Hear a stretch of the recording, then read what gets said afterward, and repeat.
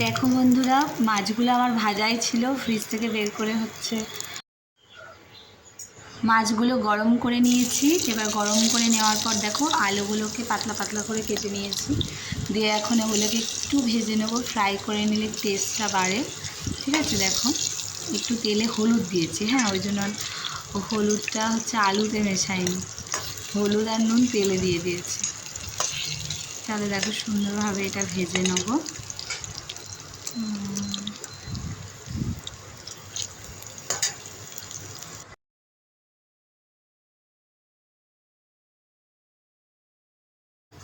তো দেখো এখন আমার মাছগুলো ভাজা হয়ে গেছে, আমি তুলে নিচ্ছি মাছগুলোকে।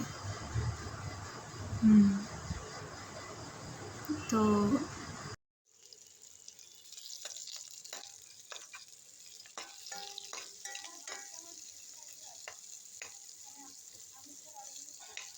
আমার সাইকেল উপরে তোলা আছে। তো দেখো বন্ধুরা, এবার এর আগে হচ্ছে বেগুন ভেজে নিয়েছিলাম, বেগুন দিয়ে ঝাল করব বলে।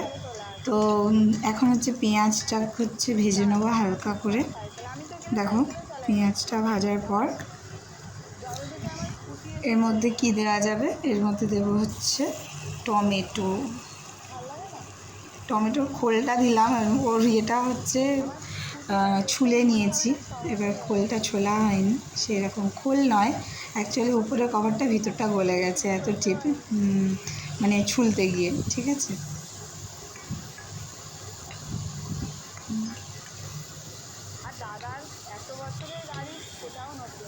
সবই গলে যাবে সেদ্ধ হলে।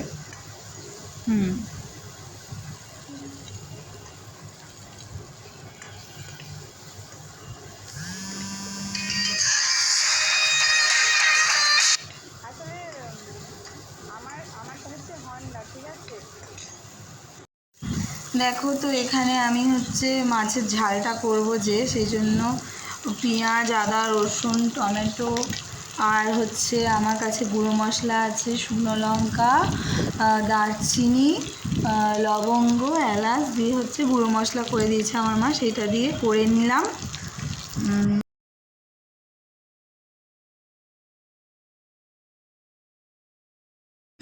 সো আমি দিয়ে দিলাম হচ্ছে ওর মধ্যে আলু, বেগুন। আচ্ছা, দেন আমি ওর মধ্যে দেব হচ্ছে মাস্টার্ড পাউডার। আচ্ছা, এরমভাবে আমি একটু দিয়ে ফেলেছিলাম, সেটা এরমভাবে কেউ দেবে না প্লিজ, কারণ হচ্ছে তেতো হয়ে যাবে। তারপর আমার মনে পড়েছে যে জলে গুলে দিতে হবে।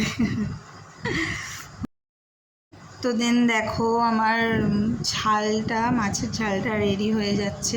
ওর মধ্যে মাছও আমি দিয়ে দিয়েছি, ওই ভিডিওটা দেখায়নি। তো কী কী দিলাম, সর্ষে, আদা, রসুন, পেঁয়াজ, টমেটো, এর মধ্যে একটু ধনেপাতা হলে ভালো হতো। ঠিক আছে, তো আমার মাছের ঝাল রেডি। একা একা হোস্টেলে রান্না করা এই যথেষ্ট আমার জন্য। হ্যাঁ, তো মায়ের হাতের রান্নার একটা জাদুই আলাদা, কিন্তু কিছু করার নেই। যারা বাইরে থাকো তারা নিশ্চয়ই বুঝতে পারবে। দেখো কেমন হয়েছে